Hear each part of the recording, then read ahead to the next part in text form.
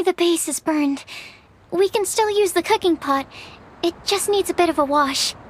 Good thing Tighnari's nose is so sharp. Has he been in this kind of situation a lot before? I know, it's just...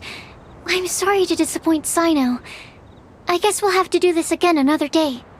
Oh, yes. I'm not sure if you've noticed. Kale seems a little... depressed. I noticed she was in a low mood when everyone was talking.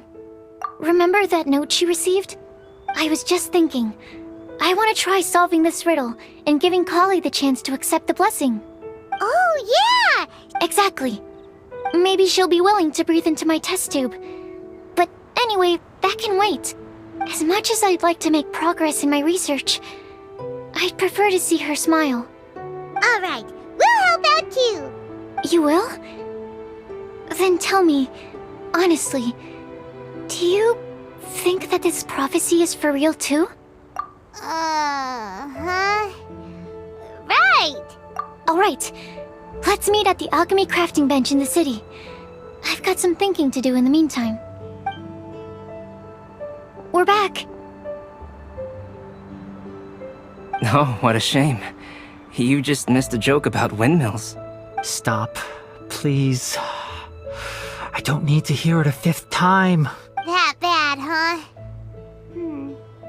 Well, now Paimon really wants to hear it for some reason.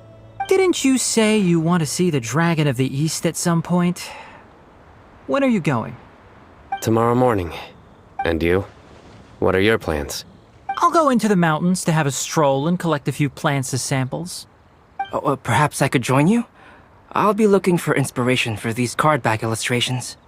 Found you! I knew I was onto something as soon as I saw the fire. Wow, you have really sharp eyes. That's an outrider for you. Uh-oh. Did we break the fire safety rules or something? Actually, you didn't. Strictly speaking, you should have reported your plans first. But since two of our very own alchemists are here, I'm happy to look the other way. Ah, yes, introductions. I'm Amber, and this is the Reconnaissance Company Captain Eula, a good friend of mine. Good evening. You are friends of Kale, yes? A pleasure to meet you. Oh, Amber and Eula. The pleasure is ours. I've heard a lot about both of you from Kale. Oh, really? All positive, I hope. You asked that last time too. Of course it was positive. I'd say. We hear the latest news about you every time you write to Kale. Glad to know we've made a good impression so far. Anyway, we're just here to collect Kale, so don't let us interrupt your chat. Come on, Kale. We're gonna take you to check out a few scenic spots. Okay, great. Still as high energy as always. You know Amber? Yes, we've met. She's Kale's most important friend. And for that, we are also very grateful to her. That's Amber for you. Her outgoing personality means she can make friends with just about anybody. It's getting late, and we still have a lot lined up tomorrow. I suggest we all head back and get some rest. All right, I'll start packing up.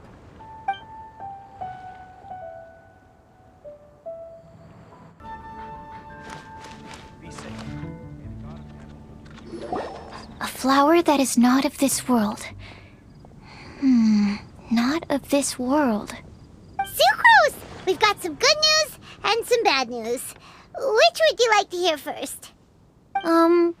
Let's have the bad news first, I guess. Huh? Really? Don't most people usually want to hear the good stuff first? Oh, alright then. Basically, we went to Windrise to divine the breeze. The wind said that the prophecy is real and that your idea is a really good one. That doesn't sound like bad news. So what's the real bad news then? Paimon ate the bad news!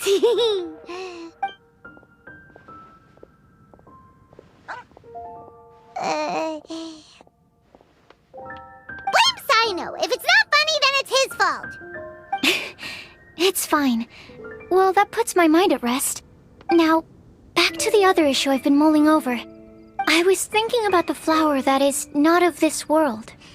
It could mean a human-cultivated variety that doesn't occur in nature. But that's basically claiming that it doesn't come from this world in the first place, when actually it's just a variant of an existing breed. So, the initial question is, can the flower's origins be traced back to a natural organism? If so, it cannot be correctly described as not of this world. But then, supposing we identified something outside of that category, whose job would it be to decide whether it belongs in this world or not? Whoa, slow down! Paimon's head is already starting to spin. Okay, I did have one other line of thought as well. What about a flower created using alchemy? Albedo may know the answer, but asking him right away would be like asking the teacher for the answers to your exam paper. It would render our search for the truth meaningless. I'd rather try and figure this out for myself. Could it be the wind bloom? Oh, now that you mention it, that's definitely a possibility. The wind bloom doesn't refer to a specific flower. Everyone defines what it means for themselves. In which case, the wind bloom doesn't exist in reality. This does seem like a promising direction. I've made a note. Okay, I better go read up on this. Yay! Paimon was actually useful this time! Guess we have that sweet madame to thank, huh? I'll need some time to prepare. Could we meet up here in, say, 2 days' time?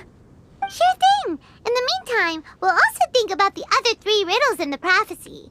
But, since we're really going for this now, shouldn't we say something to Kale about it?